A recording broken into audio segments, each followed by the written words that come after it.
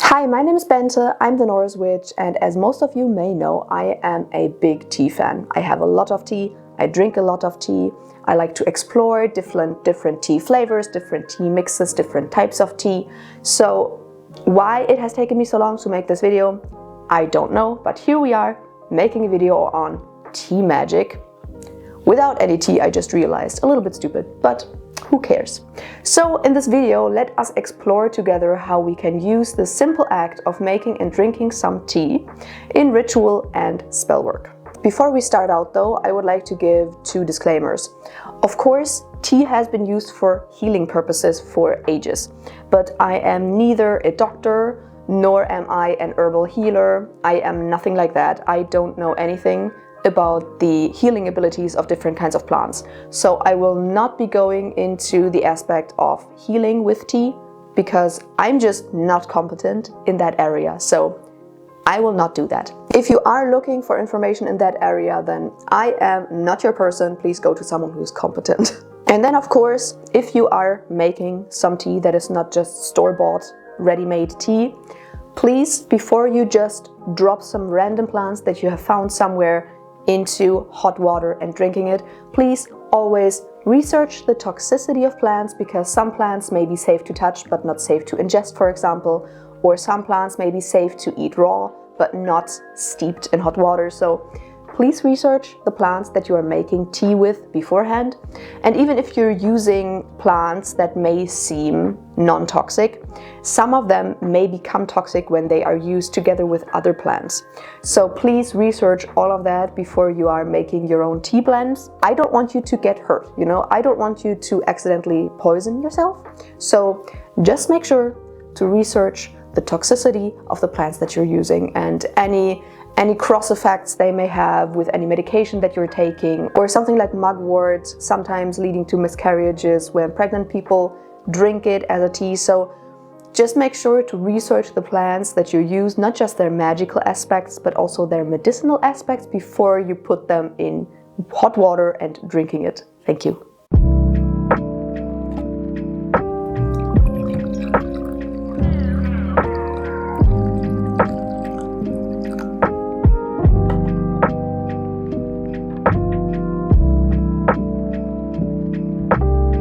Alrighty then, let's hop into tea magic.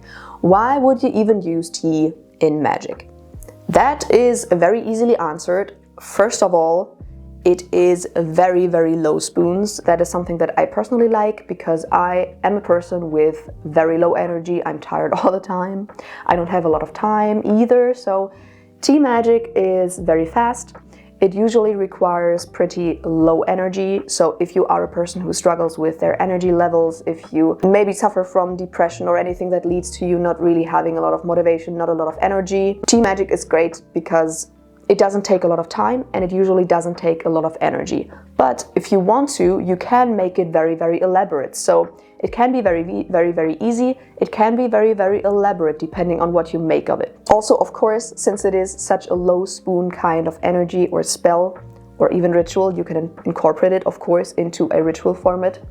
Because it is so low spoons, it is very, very easy to integrate it into your day-to-day life. I, for example, drink usually at least 1 cup of tea a day, and it would be very easy for me to just enchant this tea, to bring in some kind of intention, to bring something specific into my life that I want that specific day or that I need that day. And then of course, food and drink have been used for ages, not only as offerings for spirits and deities, but also, as I already said, for healing purposes, for cleansings, and in general to bring some effect into your life or someone else's life. Ingesting food and drink and enchanting it in some specific way, mixing specific things into it, has been used for magic for ages. So it is a very, very old thing. It is also usually a big aspect of a lot of different folk magic traditions. At least in trolldom, that's the case. A lot of stuff is mixed into food and then given to people to drink or to eat. And it's just very, very useful if you want to bring something into your body to not use something externally, but to use a spell internally. But which purposes can tea even be used for? I would say any, but of course, since you're using it internally, I would say things that revolve around yourself and your body would be best suited. So classics would be something like making a protective tea. If you are drinking a cup of black tea in the morning, that's perfect for protection purposes. Or doing something like a cleansing tea or an exercising tea. So if you feel like you have some stagnant energies in yourself that you would like to purge, or if you have maybe even a spirit stuck to you or a curse or something stuck to you and you want to purge that, drinking a tea is very, very handy because you can make it with specific exorcising or cleansing herbs and then drink it and then literally purge those things by going to the toilet afterwards. So things that revolve around yourself are perfect for tea magic. Also, of course, things like, for example, road openings, success magic, luck magic, anything like that. You're taking the energy into yourself, it is being absorbed and then carried around with you all day. So if you feel like you could use some luck, then maybe in the morning make some luck tea. And then lastly, of course, this is not even only magical, but people use it in their day-to-day life.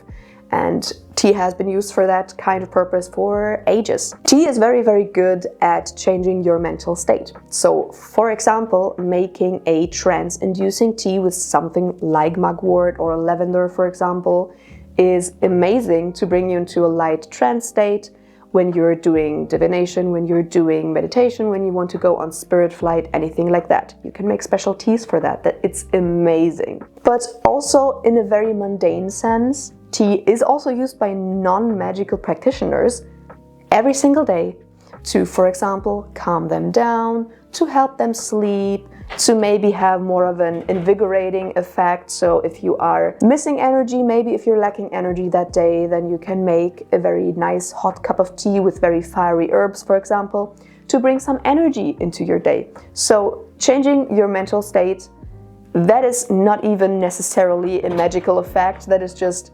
nowadays a scientifically proven effect that some herbs can have on your body. But of course you can perfectly incorporate that into your magical life too. Okay then, but how can we do that? As I already said, tea magic can be very, very easy, very, very simple, and it can be very, very elaborate, always depending on the amount of time and energy that you have to spare for a spell like this, depending on the material that you have on hand, how much time you have in preparation, and how long you really want to spare on it, and how long you want to plan it. So it can be extremely easy and it can be very elaborate. An easy tea magic spell could be something like simply using a store-bought ready-made tea blend, popping it into some hot water, and then basically just charging it and drinking it. It can really be as easy as that. And simple tea blends could be something like a black tea for energy or a black tea for communication. I personally really like using black tea with cinnamon for protection. That is something that I learned from my local Syrian restaurant. They really like drinking black tea with cinnamon. It is so delicious, and black tea and cinnamon are both very protective. So choosing something like that for protection, perfect. Of course, we have very traditional things like lavender and chamomile and passion flower and valerian root, anything like that, like those typical calming sleepy teas. Of course, you can use those simply for calming yourself down if you have anxiety or something like that. You can also use those before going to sleep, of course, for sleep purposes, duh.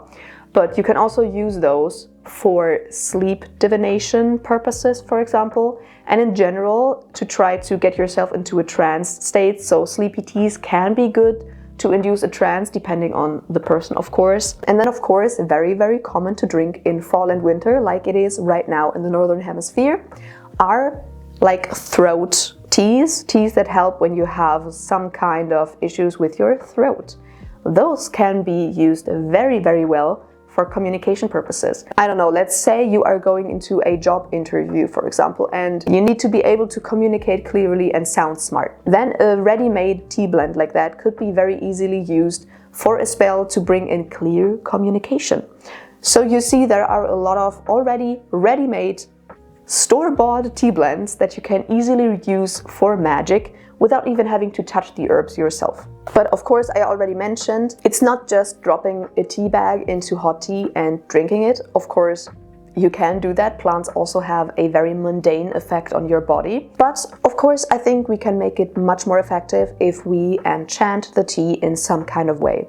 And that can look a myriad different ways. For example, something that I think a lot of people like to do is using a spoon and then stirring the tea. A lot of people like to use, for example, a clockwise motion to bring something in, and then a counterclockwise motion to banish something. So if you wanted to make, for example, a cleansing tea or a banishing or exorcising tea, in that thought, of course, using a counterclockwise stirring motion would be used instead of a clockwise motion. Of course, this will look different depending on the tradition that you are working in, that you're practicing, and even where you live. For example, I learned that in the southern hemisphere, it's the other way around, counterclockwise to bring things in and then clockwise to banish something. In trolldom, for example, usually when you want to enchant anything, you will use a counterclockwise motion. So I would probably use a counterclockwise motion. So depending on the tradition that you are practicing, of course, this will look different, but the idea is the same. A stirring motion can, of course, enchant the tea, and then, of course, you will bring in your intention. This will, of course, again, look different for every single person. You could gather up your energy and then visualize it going through your arm, through the spoon and into the tea. You can do the same thing with feeling the energy. You could simply just visualize the tea glowing in a light, in a color that maybe corresponds with your intention. You could also pull on a completely different energy to charge the tea. For example, if you want to make an invigorating tea, then maybe when it's sunny outside, draw on the energy of the sun and charge it with that. So charging the tea can look so vastly different for every single person. It doesn't even just have to be stirring. You could slap the tea mug, or you could breathe on the tea. That's something that I would probably do something like whispering an incantation under my breath and then breathing the incantation basically from my mouth with my energy into the tea. You could use a straw for something like that. Traditional in trolldom, for example, could also be to use a stinging nettle stalk. There are so many ways that you can enchant your tea depending on what you like to use, incantations, your breath. You can get very, very creative with it.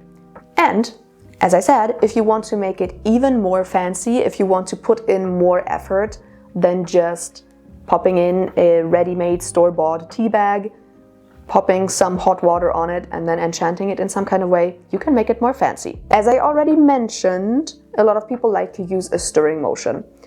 You can do a similar thing like that, and instead of only using a stirring motion, you could draw a symbol onto basically like the surface of the tea.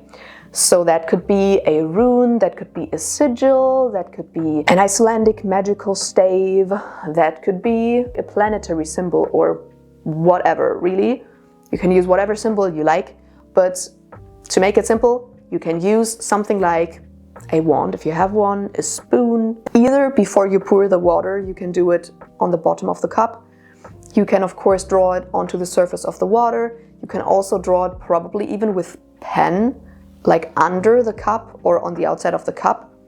Anything like that. You can easily incorporate symbols like that, sigils, bind runes, magical staves, whatever kinds of symbols into your tea magic. That's a very, very simple way of making it a little bit more fancy. Then, of course, if you want to make it even more fancy, you could use a special spoon. As I said, your wand. You could use something like a special cup. If you are like me, I collect cups.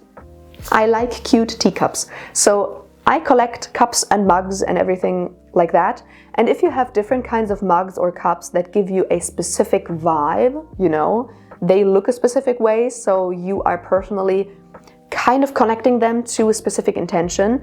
And let's say you want to make a protective tea and you have a black mug that looks very protective to you, then why not use a special mug for the special tea? Something that would require a little bit more preparation and research beforehand and a little bit more work beforehand would be using special waters. But I personally would love that. For example, I would maybe use some Thursday storm water. The rainwater basically that came down during a Thursday thunderstorm. I mean, thunderstorm water in general in Troldum, very, very, very, very empowering, very powerful water. But Thursday, because it's Thursday, thunderstorm water is even more powerful. But you could also use something like moon water, sun water. You could use tap water and charge it with a specific energy, no matter how you want to do it. You could also use specific sacred well waters. But of course, always make sure to figure out how to cleanse the water, how to clean the water before you use it. Because of course, something like natural waters from like lakes or rivers or rainwater or well water, if it's not already cleaned, like sacred well water, I know there are places where you can basically buy the cleaned water from the well. But if it's just a well and you're trying to take water from it, you should probably not directly use it and drink it, because there could be a lot of bacteria in it. So of course, be safe about that. Make sure to figure out how to clean the water before you use it. But in my opinion, special waters would be amazing for specific kinds of tea. And you don't even have to use an entire pot of that special water. You probably don't want to use the entire thing for 1 cup of tea. So it's enough to just use a little bit of that and then just put it into the tap water to basically give more power to it. You don't have to use up the entire cup just for 1 cup of tea. And then lastly, of course, when we're talking about tea magic, of course you can make your own tea blends. That can be extremely fun, but also a little bit dangerous, as I already said. Please make sure to research any effects that those plants could have also in combination with one another on your body before you drink that tea. So just make sure that you're safe, you know. Please don't poison yourself. And of course, again, we can also make that as easy or as elaborate as we want. So of course, it could be as easy as being like, all right, I want an invigorating tea. So I will look at a correspondence list of plants, look at fiery herbs, for example, and then use those. But it can also be a little bit more elaborate. So that could include something like using plants that you are connected to ancestrally. That could be using plants that have a specific significance in a specific tradition. So, for example, every single folk magic tradition has different correspondences for plants. So you could look at those. And of course, I mean, I'm always for using your own correspondences, but not everyone has kind of made their way into that yet. It's totally fine to use other people's correspondences to start out with it. And of course, when we're talking about herbs, I think if you want to be very, very fancy and you really want to get very deep with it, make sure to gather those plants yourself. Of course, not all of those typical tea plants will be growing around you. Depending on where you live, this will look very different.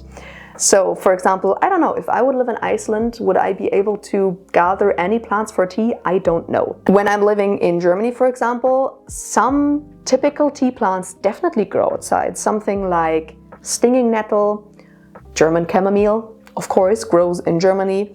Hops is also used a lot. We have that here. Dandelion can be used in tea. So a lot of plants that grow here can be used in tea. But of course, just make sure that you really know which plants you're gathering here, because a lot of plants have toxic lookalikes. Definitely make sure, if you want to gather your own herbs, to know what you are doing, or to bring someone along who is very, very good at identifying plants. But if you feel confident in your skills and you do want to gather your herbs yourself, then I want to suggest a video that I made, which is about stepping up your herb gathering game, basically your foraging game. So this is all about using different timings and different places and all of the different fancy things that you can do to basically already from the start bring a specific intention into the herbs that you are gathering. So I will link that up here. So if you want to gather the herbs for your tea yourself, there is a lot of things you can do. You can get very, very fancy with it if you want to, but I don't feel like rambling it all down again if I already have a video on it, so check that out. And then lastly, I have 2, maybe 3 more ideas for you. Something that I would personally always do if I am making anything with herbs, and that includes making tea with herbs, would be to basically awaken the herbs before I use them. That could, for example, look like breathing life into them with your own, basically giving them your own life energy when you're breathing on them. Of course, I've talked about that a million times on my channel because that's usually the way in which I charge things, is breathing on something with the energy that I have previously basically collected in my core, breathing that onto an object, usually with some kind of incantation or a chant or a charm. And you can use that, for example, to awaken the herbs. What's also very, very handy is, while doing that, visualizing the plant if it was growing before you. Like, you can basically just take the herbs into your hands and then try to channel some energy through your arms into the herbs. And while you're doing that, envisioning the plant as it would look like if it was alive, growing before you. And of course, while you're doing that, either breathing life into them or giving them energy and visualizing them being well and alive and thriving, of course, you can also call on the collective spirit of that plant.